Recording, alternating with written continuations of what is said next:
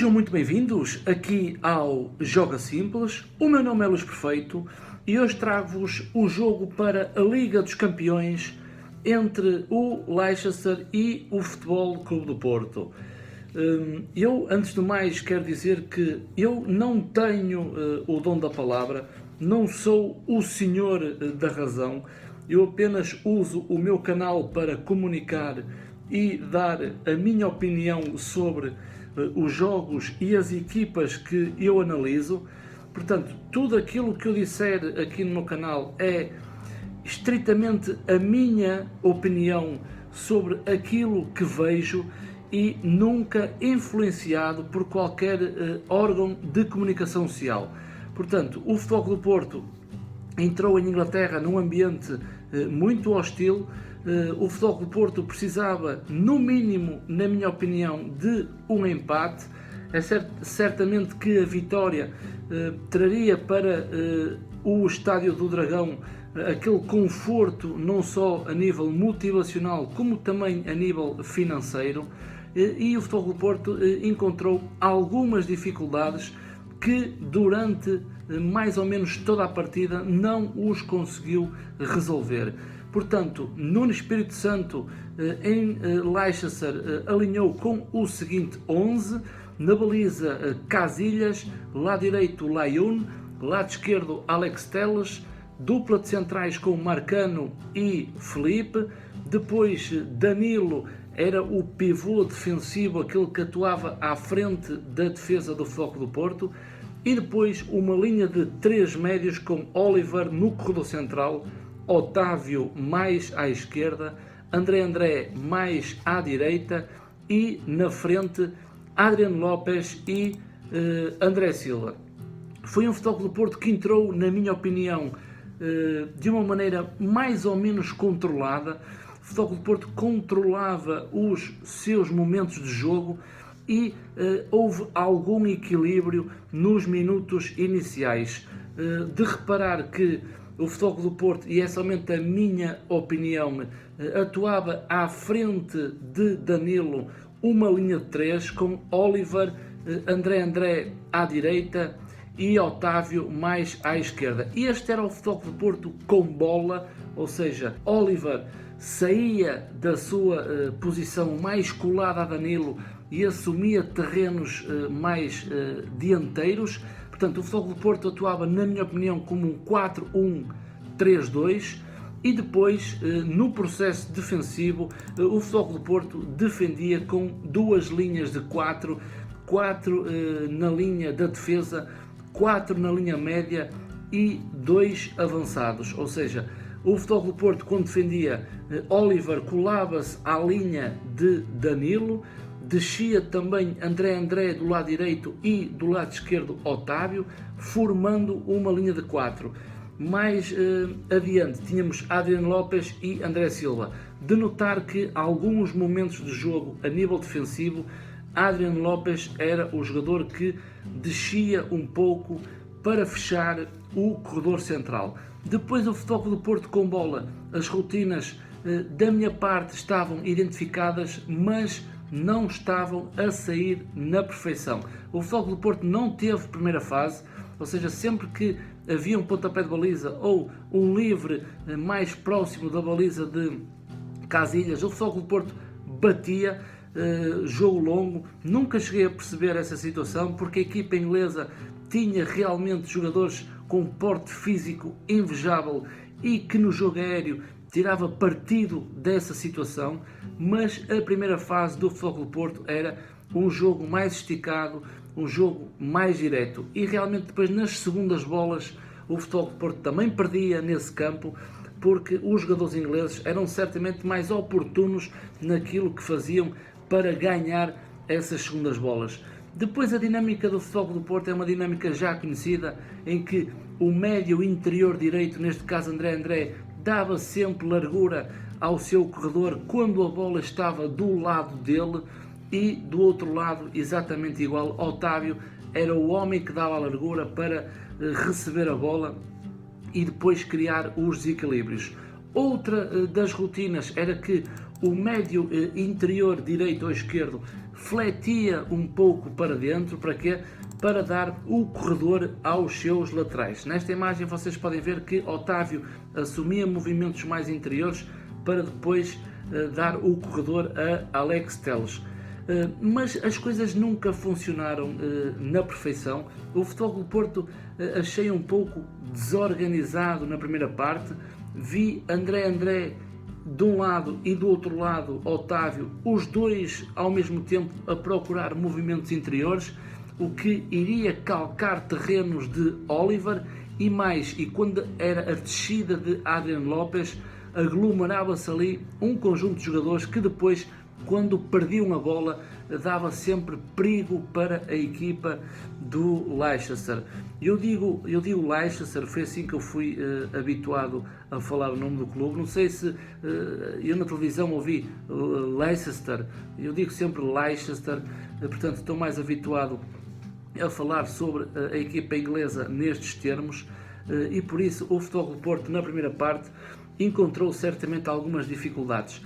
Outra das rotinas que eu identifiquei foi que quando o Lyon tinha a bola ou do outro lado Alex Telles, eram os pontas que davam a largura para receber uma linha de passe. Várias vezes eu vi tanto Adrian Lopes a fazer uma diagonal de dentro para fora, como André Silva vi várias vezes também a fazer a diagonal de dentro para fora, com um passe, por exemplo, do Lyon do lado direito.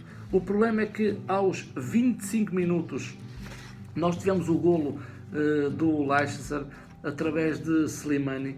Foi um lance que, na minha opinião, foi um acelerar da equipa do Leicester no último terço do terreno. O Leicester consegue variar o flanco com alguma facilidade e depois, acho eu que estava certo, Alex Telles fez a contenção, não entrou de lanço, portanto esperou para ver o que é que o jogador do Leicester ia fazer, portanto, e muito bem fez a contenção, mas depois há um cruzamento e, na minha opinião, Felipe esteve muito mal quando Slimani se antecipa e faz o seu golo de cabeça. Vocês sabem que para a Liga dos Campeões eu evito colocar imagens.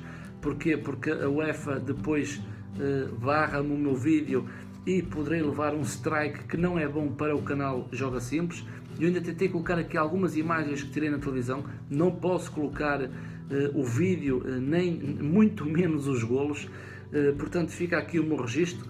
Vou tentar trazer algumas imagens ilustrativas do jogo, mas o mais importante é eu passar-vos a minha opinião sobre o jogo do Futebol do Porto. Portanto, Slimani marca aos 25 minutos, numa falha, na minha opinião, individual por parte do Felipe, e depois o Futebol do Porto não foi intenso, foi um Futebol do Porto que, nesta estrutura tática, onde temos um pivô defensivo como o Danilo, que para mim foi dos melhores jogadores do Futebol do Porto, depois à frente uma linha de 3 em que os médios interiores têm que dar largura. O problema é que falta velocidade e aceleração, tanto a Otávio como do outro lado André. E depois cria uma dificuldade na ligação da segunda fase para a terceira fase, ou seja, da linha do meio campo para a linha mais avançada, e a bola nunca chegou com qualidade. Vocês veem que Otávio é um jogador de passe curto, André é um jogador muito batalhador, mas depois com bola nos pés o Futebol do Porto perde muita qualidade a nível de velocidade e aceleração. Depois reparei que Adrian Lopes é um fantasma em campo, não traz nada à equipa do Futebol do Porto, ainda por cima com um André Silva muito batalhador, luta muito no último terço de terreno, e André Silva precisava certamente de um jogador com capacidades mais e melhores do que Adrian Lopes. E depois o meio campo do Futebol do Porto, em comparação com o meio campo do Leicester, também era um meio campo mais frágil, com jogadores de estatura mais baixas, como o André, mesmo o Oliver e o Otávio, e em vários lances o Futebol do Porto também tentou muitas vezes o jogo esticado, porque assim, não vale a pena esticar o jogo porque jogamos com dois avançados, não vale a pena. Eu acho que o Futebol do Porto, contra uma equipa, na minha opinião, não digo fraca, mas também não digo medíocre, mas na minha opinião é uma equipa que está uns furos abaixo da realidade das grandes equipas em Portugal. O Leicester dava muitos espaços entre linhas, só que o Futebol Clube do Porto nunca soube aproveitar esses espaços quando efetuava uma transição ofensiva. E realmente o meio-campo do Futebol Clube do Porto não funcionou, não só na ligação da segunda fase para a terceira, como o passe não saía de qualidade e depois havia um buraco entre a distância da linha mais avançada com a linha média. Porquê? Porque Oliver escondia-se muito do jogo, Oliver vinha para terrenos mais recuados, para perto de Danilo, e depois criava ali um fosso que muito dificilmente a bola chegaria em condições à linha mais avançada. E o Leicester no meio campo sempre criou superioridade numérica, ganhando a maior parte dos duelos individuais e muito pelas segundas bolas.